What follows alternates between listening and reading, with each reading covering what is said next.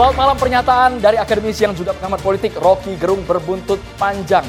Yang awalnya mungkin ada dua diksi yang dianggap kasar dan juga kontroversial dan dituding menyerang Presiden Joko Widodo. Tapi sekarang laporan yang bergulir ini, banyaknya laporan, ada belasan dan juga dua aduan, mengarahkan bukan hanya ke penghinaan Presiden, tapi ke arah berita bohong dan ujaran kebencian. Bahkan yang terbaru, Maria, ada juga advokat yang melaporkan Rocky Gerung ke gugatan bukan pidana, tapi perdata karena dianggap Rocky Gerung sudah membuat keonaran.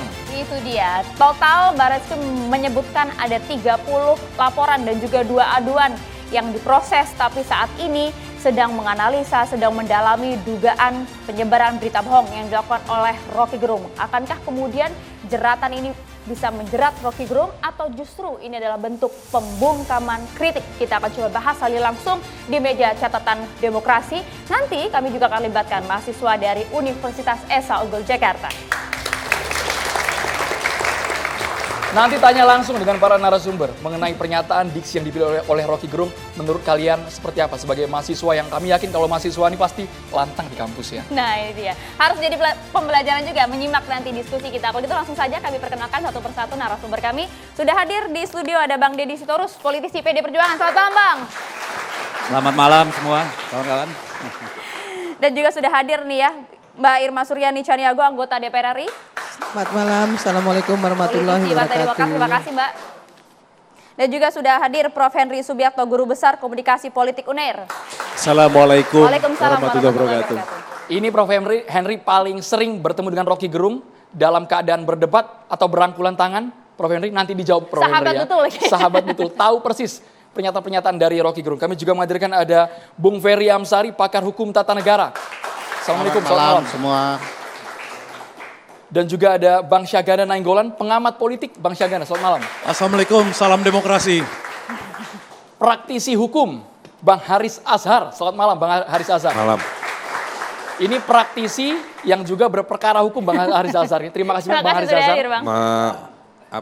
Mencoba berbagai angle. Wah, mencoba berbagai angle. Kita langsung ke Ibu Irma Suryani. Pernyataan Rocky Gerung, Ibu Irma Suryani. Awalnya dituding menghina Presiden Joko Widodo, tapi sepertinya karena dari Presiden menepis hal itu, dengan kata lain tidak mau memanjangkan dua diksi BJG dan TLL.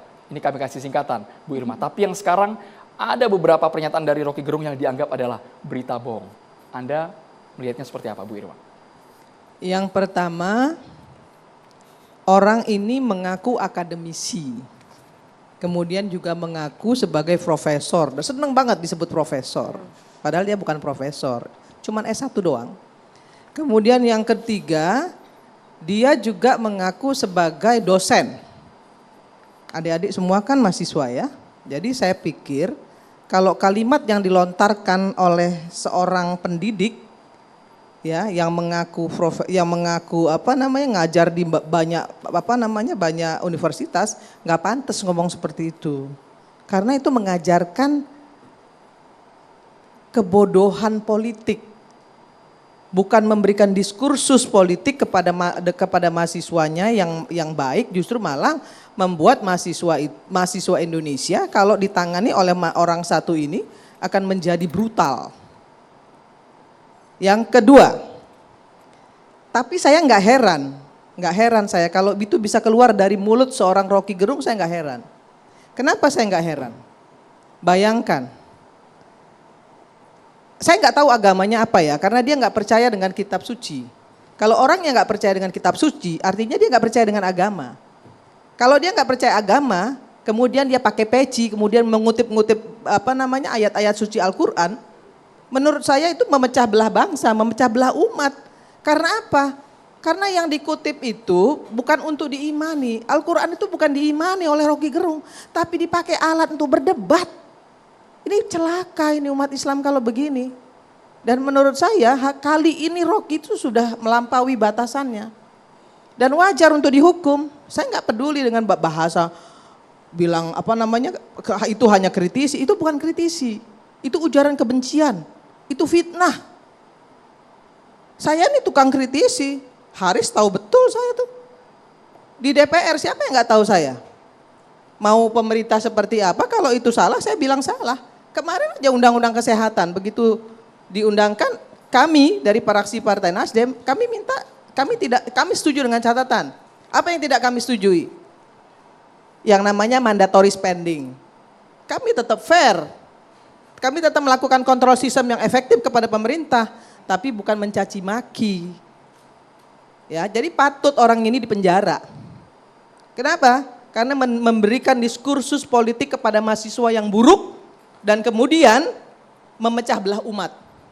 Saya sebagai muslim nggak terima juga dia melakukan itu kepada orang-orang ya, umat-umat yang menurut saya, mohon maaf, mungkin tidak paham dengan seluruh niat busuk orang ini terhadap agama Islam. Mbak Irma, kalau kemudian pasal yang disangkakan apa? Kalau memang kemudian penghinaan terhadap presiden kan sudah pasti deliknya delik aduan. Pak Presiden pun juga tidak ingin memanjangkan hal ini begitu.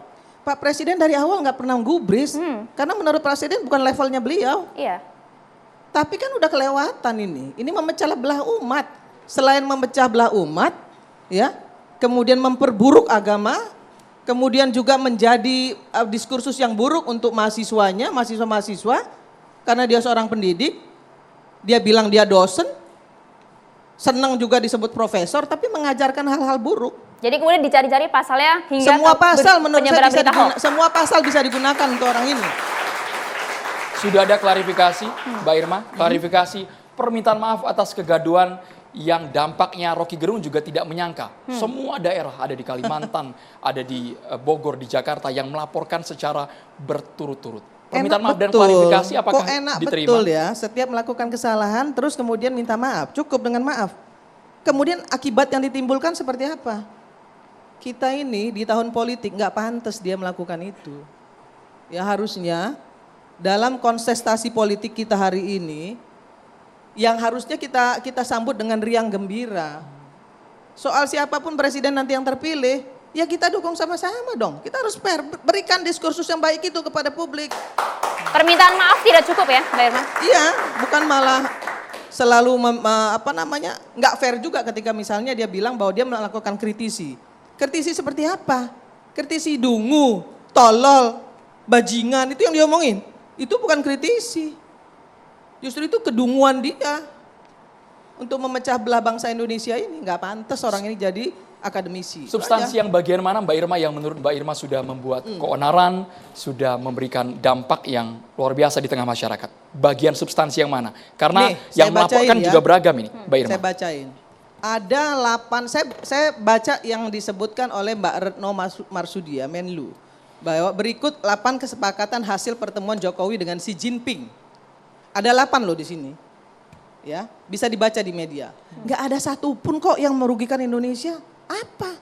Contoh, protokol tentang persyaratan pemeriksaan dan karantina untuk ekspor serbuk konjak dari Indonesia ke Tiongkok. Bagus dong.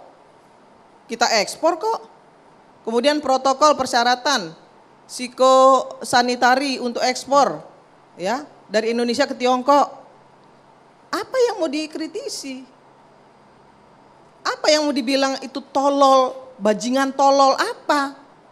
Mulut dia itu aja yang tolol, bodoh itu mulutnya dia. Justru ini yang membuat masyarakat Indonesia jadi buruk di mata dunia karena orang ini.